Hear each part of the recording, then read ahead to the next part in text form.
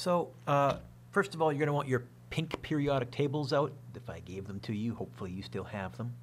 So get those out. And again, if you don't have one, I think the textbook has a periodic table on page 172 or 176. You know what? Why don't I look and find out with my textbook that's sitting here. I know it's kind of weird to hear this disembodied voice coming out of the screen. Yeah, 172 coming out of the screen at you.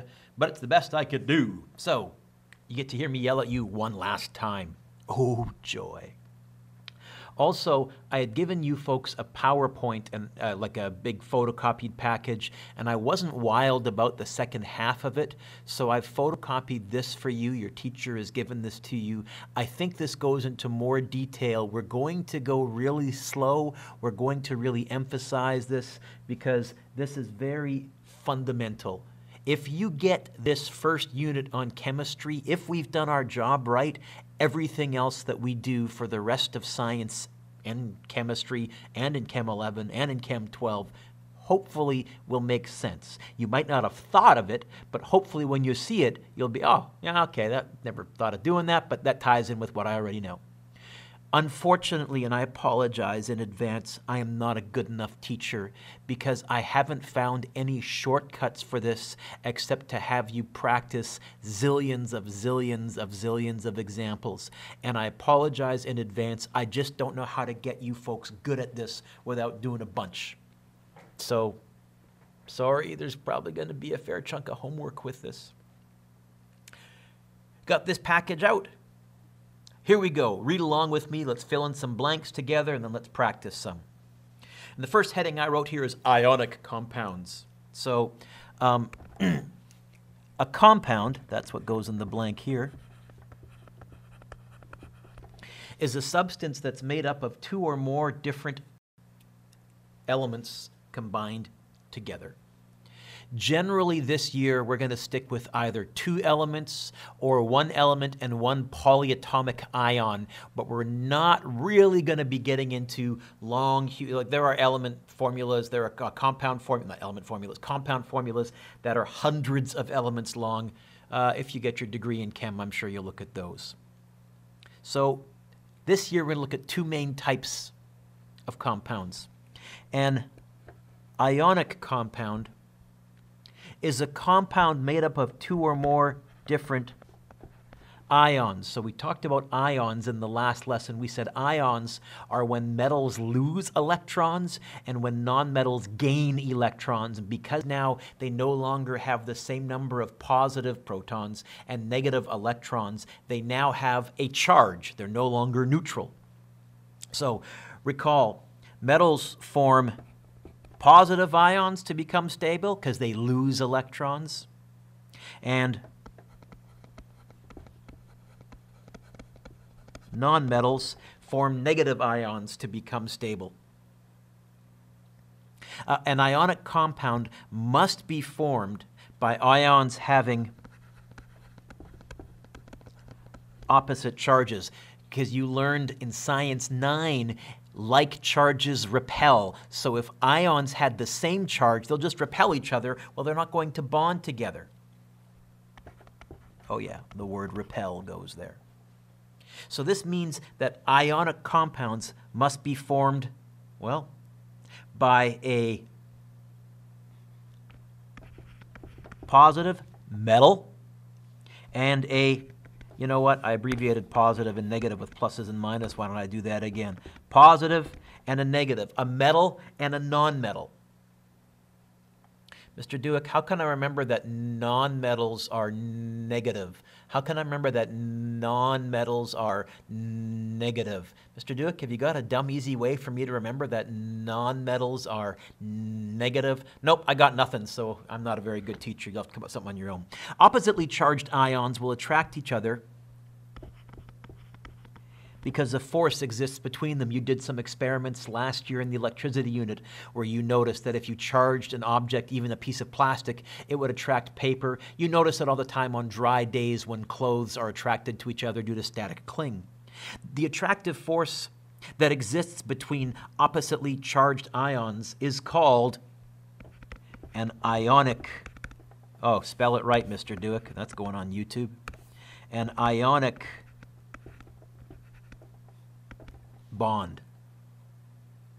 Atoms become electrons when ions are gained or lost. An ionic compound forms when the number of electrons a metal atom needs to lose to become stable is the same as the number of electrons a nonmetal needs to gain to become stable. In other words, ionic compounds, if you need to lose 3 electrons on one side, you'd better need something that gains 3 electrons on the other side.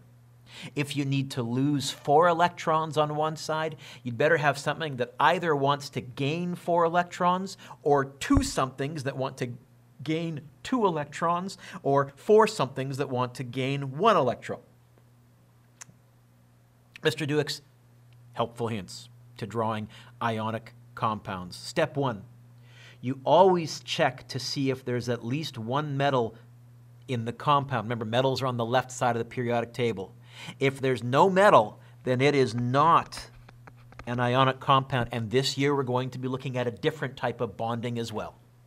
This year you will be looking at compounds where there is not a metal. Count the number of metal and nonmetal ions. The ion that is least in number is drawn in the middle. And if there are equal numbers, draw them side by side. Say what? It'll make more sense when we try and draw pictures here in a second. Since ionic compounds are made up of ions, each ion, when you draw it, must have a square. Well, you know what? Let's do it like this. Must have one of those brackets around it with the ion charge going right there too. The ion charge of each ion is the same as the one in the periodic table, and on your periodic table, that's in the top right, the number sitting there. And if the compound is stable, in other words, if it could exist in real life, then the metal atoms in the compound must lose all of its valence electrons. In other words, the metal has to be able to get rid of all of its outer shell electrons to become a stable metal ion. And the nonmetal must gain a full valence shell to become a stable nonmetal ion. This goes back to the 2, 8, 8, 18 rule that I mentioned the other day. Let's practice. NaCl, sodium chloride. Let's look at the check. First of all, is there one metal in the compound? Yep, sodium is a metal. How many metal ions? 1. How many nonmetal ions? 1. So let's draw it. I'm going to zoom in a little bit so you can see. You know what? Maybe I can get a bit bigger. There we go. So since there's 1 and 1, I'm just going to put them side by side. So the first thing I'm going to draw is a Bohr diagram, and I hate Bohr diagrams, and soon we're going to leave Bohr diagrams, but I got to cover it, of sodium. So the Bohr diagram of sodium looks like this. First of all, how many protons does sodium have? Well, it's element number 11, so it's going to have 11 protons. How many neutrons does sodium have? Well, look at sodium's, this is why I said get your periodic table out, find it on a periodic table. What's its mass? Subtract 11, and I think you'll find it has 12 neutrons. What row is it in? It's in row 3. So what does that mean? It means that there is going to be 2 electrons here, although you can also choose to pair the 2 electrons, because we did say when shells get full, they pair. Then in the next shell, there is going to be 1, 2, 3, 4, pair 5, pair 6, pair 7, pair 8. That's the electrons from row 2. Now, sodium is in row 3. Put your pencils down for a second. If I was drawing the atom, I would draw 1 more, and there's the extra electron. But it's an ion, so that outer shell is now empty. I put square brackets around it. Pick your pencils up. Plus. Next to it, I'm going to draw Cl, chloride. What's that going to be? Again, we draw the little, change colors. We draw the little nucleus. Chlorine is element number 17, so it has 17 protons. Take the mass, round it off, subtract 17. I think it has 19 neutrons. What row is it in? Row 3, you say? Okay, so that means there's going to be one shell of 2. This is why these diagrams get crowded. One shell of 8, which starts out as 1, 2, 3, 4, pair, pair, pair, pair. And it's going to have a full outer shell or valence shell of 1, 2, 3, 4, 5, 6, 7, 8. And the reason it has a full shell, normally it would have just 7. The reason it has the full shell is it's taking an electron from sodium, and now we also, to show that it's an ion, try and wedge in some square brackets, and we put its charge up here. Ta-da! Oh, did I scare you? Lewis diagram. Okay. Much easier. Lewis diagram. We write the symbol. How many electrons does a sodium ion have? Now, if it was an atom, I'd do that because it has 1 electron on its outer shell. But since it's an ion, it's gotten rid of that electron. It has no electrons in its outer shell. So I square bracket, and I put the plus. What about chloride? Chlorine, but we add the "ide," if you recall, when it forms a compound. Well, its symbol is Cl. How many electrons does it have? Well, normally it has 1, 2, 3, 4, 5, 6, 7, but it's picked up the extra electron. It has a full valence shell, square brackets to show that it's an ion, minus. So let's go back and look at the checklist and see if we got everything. Draw, we did square brackets. Yep. Ion charges from periodic table. Yep. Do the nonmetals have a full valence shell of 8? Well, or of 2 or 8 or 8 or 18? I probably won't make you draw one with 18. Yep. Does the metal have no more valence electrons? Yep. Well, there you go. Next page.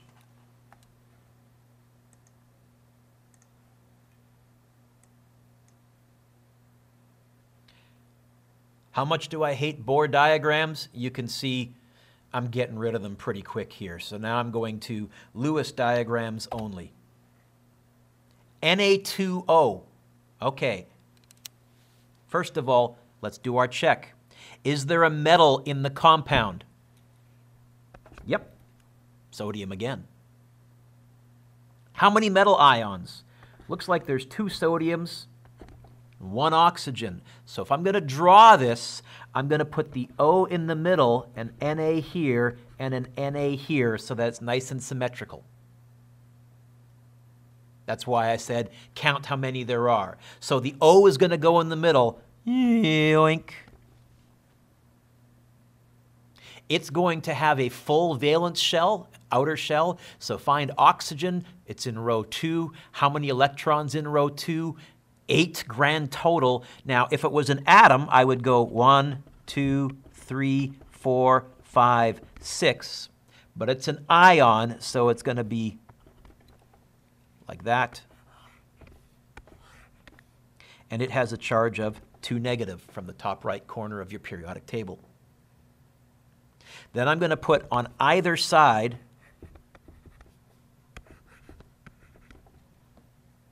a sodium. How many electrons will it have in its outer shell. Normally, don't write this down, one, but it's an ion. So, square bracket to show that it's an ion. Empty outer shell, plus, plus. Quick check as well, you'll notice +1, +1, 2 negative, they all cancel out. That also tells you that this could be a real world stable compound. Let's look at our checklist. Square brackets, yep. Ion charge, yep. Full valence shell for nonmetal oxygen, yep. Metals have no valence electrons, yep. Mr. Dueck, will you allow us to have this checklist on a test or a quiz? Nope. But you'll do enough of these, I'm sorry, that you'll just get good at them, and you'll have this mental checklist. All right, let's try this one. Lewis diagram only. This is aluminum fluoride, AlF3. Is there a metal? Yep. How many metal ions? 1. How many nonmetal ions? 3. Okay, so this one I'm going to draw. Don't write this down yet. I'm going to put the Al here, and I'm going to put a fluoride here, one here, and one here, and kind of like a little symmetrical. Or you could put this on the bottom. I'd give you full marks for that. What I wouldn't want you to do is put two F's side by side. Ionic compounds form lovely symmetrical patterns. In fact, if I was really going to be fussy, and I'm not, it would probably look more like this. There's probably an F there, an F there, and an F there, kind of like a little equilateral triangle dealy, but we're not going to be that high-tech. So we draw the one that there is the fewest of first. Al, aluminum. Normally it would have, don't write this down, 1, 2, 3, but it's an ion, so it's given away. It's 3 outer electrons, square bracket, and it's a charge of +3. Sorry, 3+. Will you take marks off if we write +3? No. And I'm a math guy. The 3+ bugs me because in math you'd never write it that way, but in chem I can do what the chemistry humans do. All right, we're going to put a fluoride here, here, and here, or you could put it down there. Let's see, Lewis diagram, fluoride, so it's going to have, I'm looking at the row that it's in, 8. 1, 2, 3, 4, 5, 6, 7. Just to show you what's going on, that electron in blue is from aluminum. 1, 2, 3, 4, 5, 6, 7. That electron is from aluminum. 1, 2, 3, 4, 5, 6. 1 electron from aluminum. You don't have to separate the colors, but I thought that might make it clearer. To show that it's an ion, square bracket, negative. Square bracket, negative. Square bracket, negative. Let's check our checklist. Square brackets, yep. Valence, ion charge. Non-metals charge, yep. So far, so good? I hope. Vaguely. That's a lot to throw at you, I know. You're going to be doing some of these in your homework. That's how we draw ionic compounds, but there's another type of bonding. Covalent bonding. And this is when two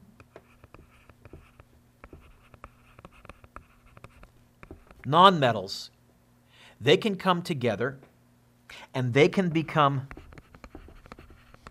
stable.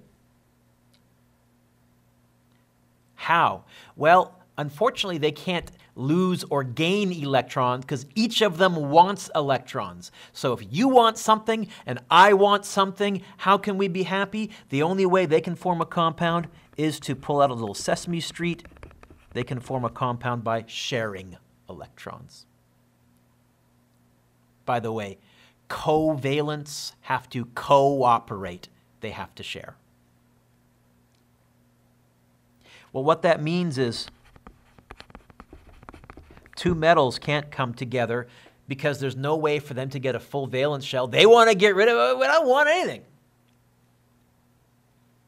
But two nonmetals can. When electrons are shared between two nonmetal atoms, they form a very strong bond called a covalent bond. Co for cooperate, for share. Two shared electrons make one covalent bond. A maximum of one covalent bond can exist between two atoms, which really means that a maximum of 2 electrons can be shared between any 2 individual atoms, for what it's worth. And a little terminology, a pair of electrons in a bond being shared is called a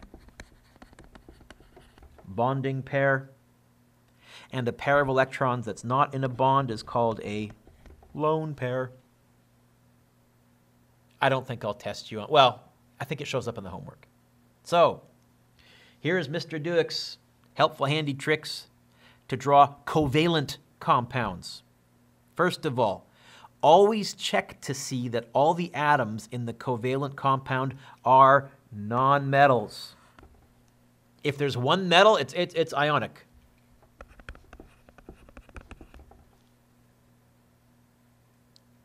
Count the number of type of each atom, and the type of atom that is the least in number, again, is going to be drawn in the middle.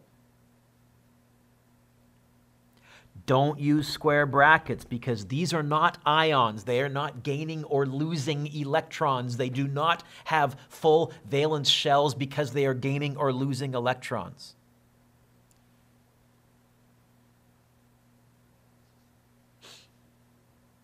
I wrote here useful formula. You know what? I'm not so keen on that. I think we're just going to do it and come back to it. So, And number 4, each covalent bond counts for 2 electrons, but then make sure that you have enough for a full valence shell. So, say what? Oh, handy hint. Mr. Hofbrinkel. Hofbrincl. This acronym can help you remember that there are certain elements on your periodic table that are diatomic. Hydrogen, oxygen, fluorine, bromine, iodine, nitrogen, and chlorine. By diatomic, when they're sitting by themselves, they want electrons so much that they will share electrons with each other. They never appear in nature on their own by themselves. That's why we often say O2, not just oxygen. Oxygen bonds with itself if it's by itself. You'll see we'll talk about Cl2 or F2. As a picture, so I wrote here, this acronym can help you remember which elements are diatomic. These elements can't be found by themselves without bonding to something. So if they are by themselves, they bond with each other. You need to memorize these. Mr. Hofbrinkel is the easy way to remember it. So if you have a fluorine atom, which is, let's make that a bit bigger, Mr. Dueck. If you have a fluorine atom, which is 1 electron shy, and another fluorine atom, which is 1 electron shy, what they will do is each of them will share an electron with each other so that they each have a full octet, a completed outer shell. And you can see that's where they are sharing. So, let's try this. We'll do a couple of Bohr diagrams because it helps you visualize, and then we'll go to the Lewis. So the first one we have is our handy-dandy H2O. I got a checklist over here. First thing, no metal in compound, yes or no? Let's do this first so we can see the whole screen, Mr. Dueck. Well, hydrogen is not a metal. Oxygen is not a metal. So no metal. This is not ionic, this is covalent. How many hydrogens? 2. How many oxygens? 1. I was gonna, when I first taught this, I used a formula, NHB. I'm just gonna see if we can figure it out. Let's draw the oxygen. Now I'm gonna zoom in.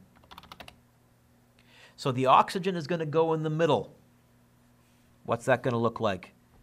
First there's the nucleus. 8 protons.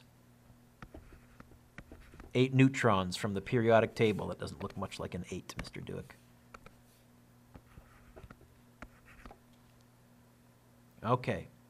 Now I'm going to draw the oxygen atom, not an ion, the oxygen atom. So in terms of its shells, it has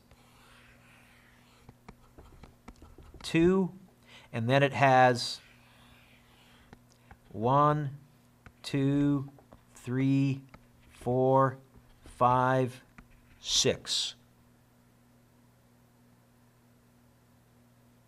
Now what? Well, don't write this down. We would like to get an extra electron there. We would like to get an extra electron there. We'd like to set up our pairs. What that means is little old hydrogen atom is going to sit right here. Now, hydrogen has 1 proton in its nucleus, no neutron. And it has 1 electron, so I'm going to carefully draw my circle. So that's not a circle, shut up. So there's the 1 electron, and then hydrogen shares an electron, and that way hydrogen now has 2 in its outer shell, and oxygen has a pair. We're also going to have the same thing down here. So we're going to have 1 proton, and then we will have 2 shared electrons. If you turn your head sideways, water sort of looks like that. It's often called the Mickey Mouse molecule. Ha-ha! Okay. What about a Lewis diagram? You may have guessed already, Lewis diagrams are much nicer. Now, I still draw the one that appeared the most, that has the most of them first, so the fewest one first, so 1 oxygen. So it's going to look like this, O. And oxygen has 1, 2, 3, 4. And then put your pencils down for a second. Hydrogen sits here, hydrogen sits here. To show that it's a shared electron, you could go boom, boom, boom, boom. But to show that hydrogen also has part of that, instead, our symbol for a covalently shared electron is a line.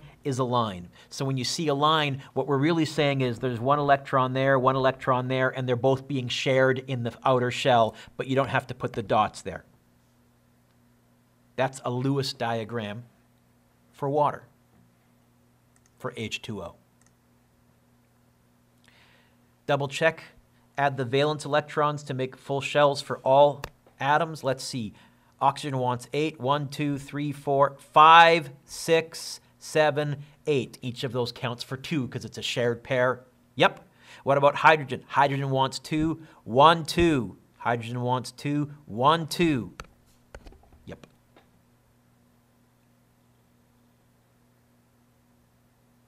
Let's try another one. CH4. Hopefully you can already notice the C is going to go in the middle, and I'll put the 4 H's top, bottom, left, and right of it. No metal in the compound. Carbon is not a metal, neither is hydrogen. This is covalent. How many hydrogens is 4? How many carbons? 1. Don't worry about this formula. So as a picture, let's see. It's going to be carbon in the middle. Now carbon is element number what? 6, so 6 protons. How many neutrons? Mass rounded off 12, take away 6, 6 neutrons. So carbon is going to have 2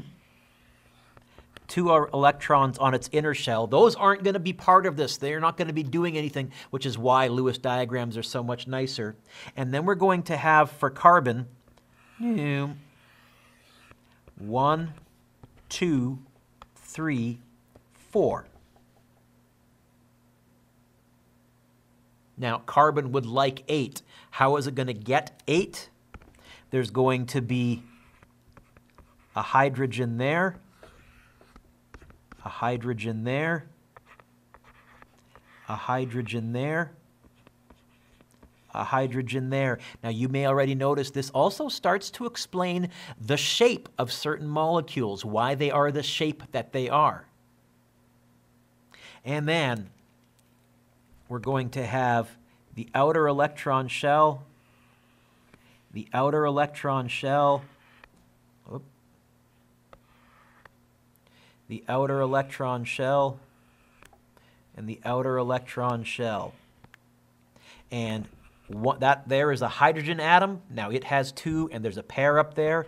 That's a hydrogen, atom electron. That's a hydrogen electron. That's an electron from hydrogen. That's an electron from hydrogen.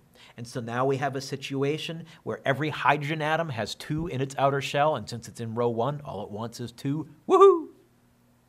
And every single inner oxygen electron, oxygen atom, good gosh, has 8 in its outer shell. Lewis diagram, much, much cleaner. There's going to be an oxygen. There's going to be a hydrogen, a hydrogen, a hydrogen, a hydrogen. Now, oxygen, when it combines with 4 hydrogens, sorry, did I say oxygen? I said oxygen. Carbon, sorry folks, carbon, carbon, carbon. And I said that on the previous little thing here too, didn't I? Sorry. You suck, Mr. Dueck. Shut up, whoever said that. So carbon has 4 electrons, but each of those 4 electrons is in a covalent pair. So as a picture, it's going to be pair, pair, pair, pair. That's a Lewis diagram for carbon. Bohr diagrams are a pain. Oh, let's do our checklist. Do we have full valence shells? 2, 4, 6, 8. Carbon's happy. 2. Hydrogen's happy. 2. Hydrogen's happy. 2. Hydrogen's happy. 2. Hydrogen's happy. Sorry about the sneeze. That scared the heck out of you guys. In case you're wondering, it's Sunday afternoon and I'm teaching to an empty room right now. This is how I'm doing your lesson.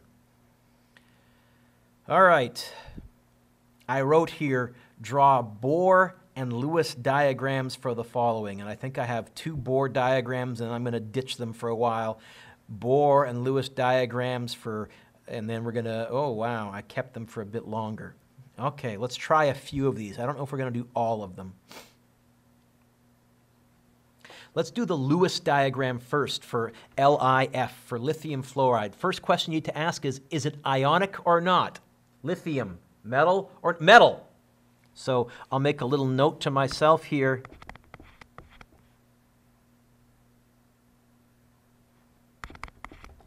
Ionic.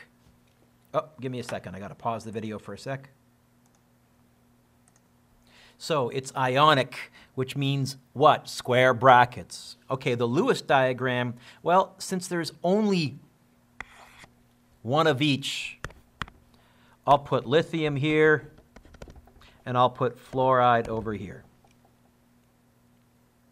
Lithium, how many electrons in its outer shell? You know what? For an ionic metal, no electrons in their outer shell because they want to get rid of them. So it's going to be square bracket,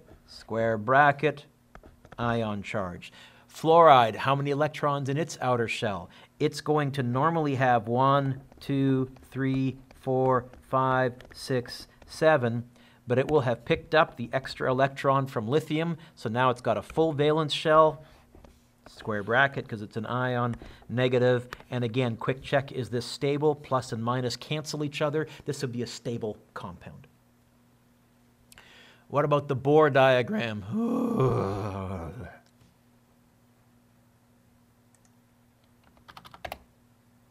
Okay. Lithium. Lithium has 3 protons and, good gosh, how many neutrons? 7 take away 3, 4 neutrons. And it has 2 electrons in the inner shell. Normally it would have 1 in the outer shell, but it's an ion, so it's lost that electron plus. Fluorine. Fluoride, because it's in a compound. It has 9 protons. How many neutrons? 19, take away 9, 10 neutrons. It's going to have 2 electrons on its inner shell. It's going to have 1, 2, 3, 4, 5, 6, 7, 8 electrons. Because now remember, that 8th one is the one that it gained from lithium. And it's in row 2, so it's only going to have 2 shells. Minus. Next one, O2, oxygen. This is a nonmetal. This is a diatomic from Mr. Hofbrinkel. This is covalent. So what's it going to look like? Well, there's 2 oxygens. I'll do the Bohr one first. I do think Bohr diagrams are at least helpful to visualize what's going on in a covalent. So what we would have is oxygen nucleus number 1, oxygen nucleus number 2. How many protons in oxygen? 8. How many neutrons in oxygen? 16, take away 8, also 8. Each of these will have an inner shell with 2. Each of these will have an outer shell.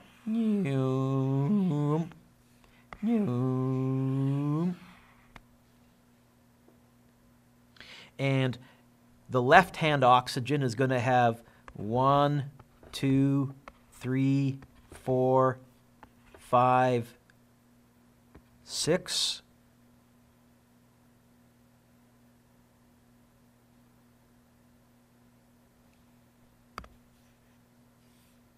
You know what? I'm going to just back up a little bit here and just draw this better. Sorry, guys. It's going to have 1, 2, 3, 4.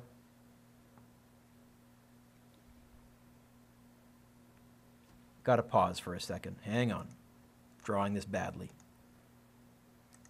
Sorry, we're back. I knew something was wonky. I was drawing this a little bit incorrectly, and I apologize because you guys are probably copying this, and now you're all grumpy.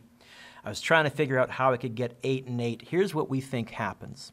So I'm going to use different colors for the left and the right. So there's going to be 1 shared electron from the left, 1 shared electron from the right oxygen, 1 shared electron from the left, 1 shared electron from the right oxygen, so that gives them 4. Now I have 1, 2, 3, 4. So if I look with this, I have 1, 2, 3, 4, 5, 6, 7, 8 in this outer shell, and it kind of skews the electrons somewhat. This isn't quite the right arrangement. This is why I hate Bohr diagrams, and I'm not going to be killing you on these.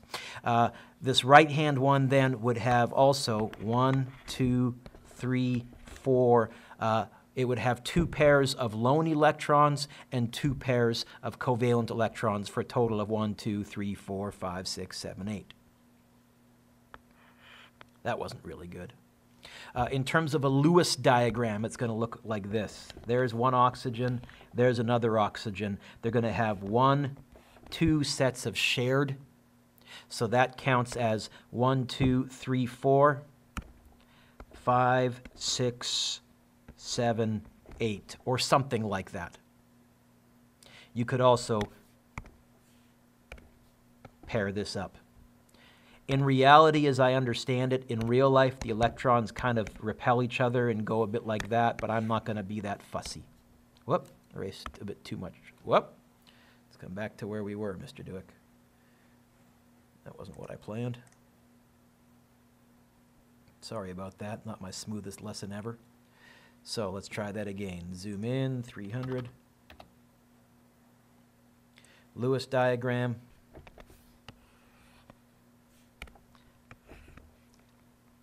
One, 2, 3, oh heck, 4. And again, if you want to, you could pair these 2 up because technically they are 1, 2, 3, 4. How does that work? Count with me. 1, 2, 3, 4, and then each of these counts as 2. 5, 6, 7, 8. 1, 2, 3, 4, 5, 6, 7, 8. It's a little tough with some of these covalent bonds.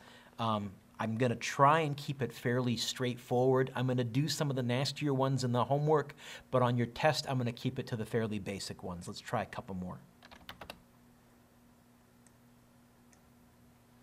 Lewis diagram of MgCl. Hey, this is ionic. So I'm going to put Mg in the middle.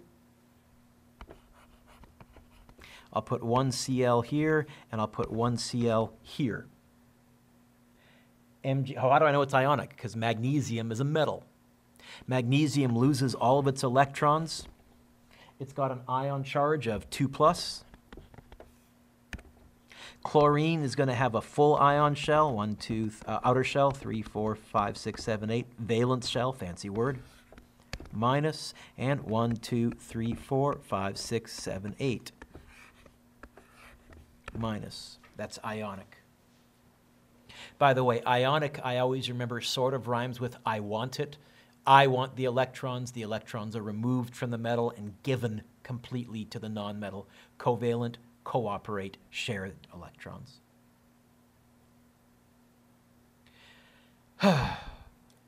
Skip the bore. Lewis diagram, HF. Hey, this is covalent. This is covalent. So, well, this is covalent. So that's going to mean, what's going to mean what? Well, there's one of each. H there, F there. How many electrons does hydrogen need to fill up its shell? 1. How many electrons does fluorine need to fill up its shell? 1. So how many shared bonds are there going to be? 1, yoink. And then it's going to be 1 electron in hydrogen. Nope. There's 1 electron already. There's the other electron. I don't need to draw it because that's 2 for hydrogen. It's happy. Don't put a third one in. Don't do that. Fluorine has 1, 2, 3, 4, 5, 6, 7, 8. Make it a little bigger. Square bracket? Nope, it's a covalent. We already did H2O. Let's see if maybe I can do this one without butchering it so much. Again, let's skip the Bohr diagram. Let's go to the Lewis. It's going to be an oxygen. And then there's going to be a fluorine here and a fluorine here. Now, oxygen wants 2 electrons, and it needs 2 extra electrons to fill up its outer shell. So it's going to have 1 covalent bond here and 1 covalent bond here. And we've already given oxygen now a total of 1, 2, 3, 4 electrons. So how many more does it need? 1, 2, 3, 4. Oxygen is now full. Because remember, these count as 2 electrons because it's a shared pair. This fluorine has 2, so it's going to want 1, 2, 3, 4, 5, 6 more. There's its 8. 1, 2, 3, 4, 5, 6, 7, 8. Let's try some more. Li+, we've done ions already. CaCl2, this is ionic. Well, let's do a quick Lewis diagram for CaCl2. So how do I know it's ionic? Because calcium is a metal. It's on the left side of the periodic table. I would put calcium in the middle. It's a metal. It has an empty outer shell once it becomes an ion. And calcium has a charge of 2+. There's going to be a Cl here. There's going to be a Cl here. There's going to be 1, 2, 3, 4, 5, 6, 7, 8. And that 8th one really comes from calcium. There's going to be 1, 2, 3, 4, 5, 6, 7, 8. And that 8th one comes from calcium. Calcium gives 1 electron to each chlorine. And to show that it's an ion, square bracket, ion charge, and again, for ions, I always check negative plus 2 plus. Hey, they cancel. That's a stable compound. This is ionic. I'm going to skip it. This is ionic. I'm going to skip it. I'm going to skip that one. Let's go to a Lewis diagram of HCl, hydrochloric acid, for those of you who are scorekeeping at home. Okay, it's covalent. How do I know? Because non-metal, non-metal. So it's covalent. So here's H, here's Cl. How many electrons does hydrogen need to get a stable outer shell? 2, so there's 2, because that counts as 2. There's a pair. How many electrons does chlorine need to get a stable outer shell? 8. It already has 2, so it's going to need 3, 4, 5, 6, 7, 8. By the way, usually in textbooks, they'll draw these lines way shorter, like that, but I always draw it long just to really exaggerate to myself that this is a covalent bond. Let's go back down to there. It jumped again. Hello. That this is a covalent bond. I want it to stand out.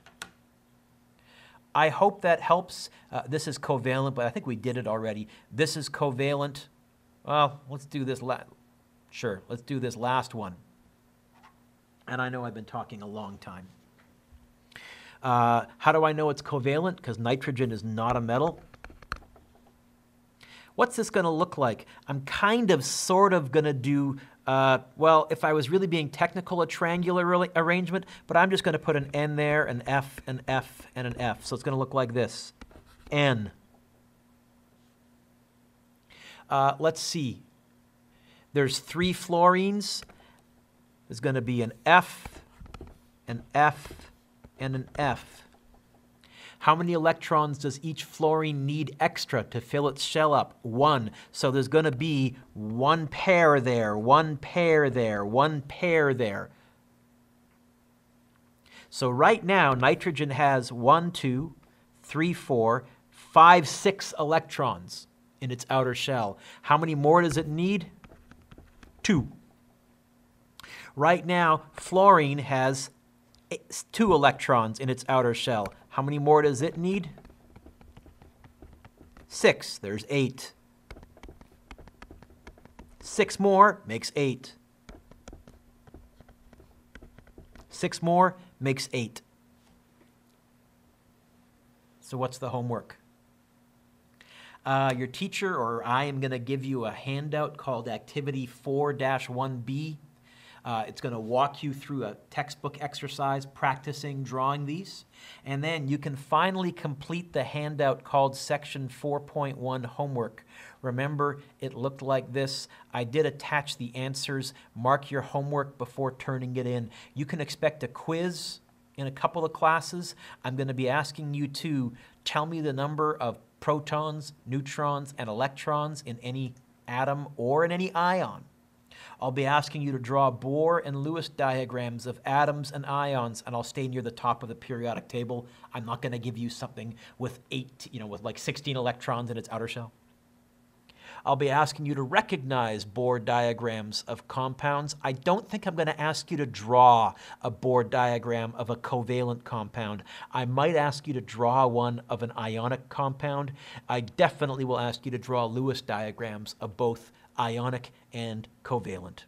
A good way to study this would be to read the questions in Checking Concepts on page 183 in your textbook and see if you can just answer the questions in your head without writing anything down. If you can do that, you're in good shape.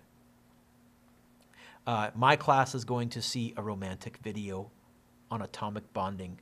Isn't that romantic?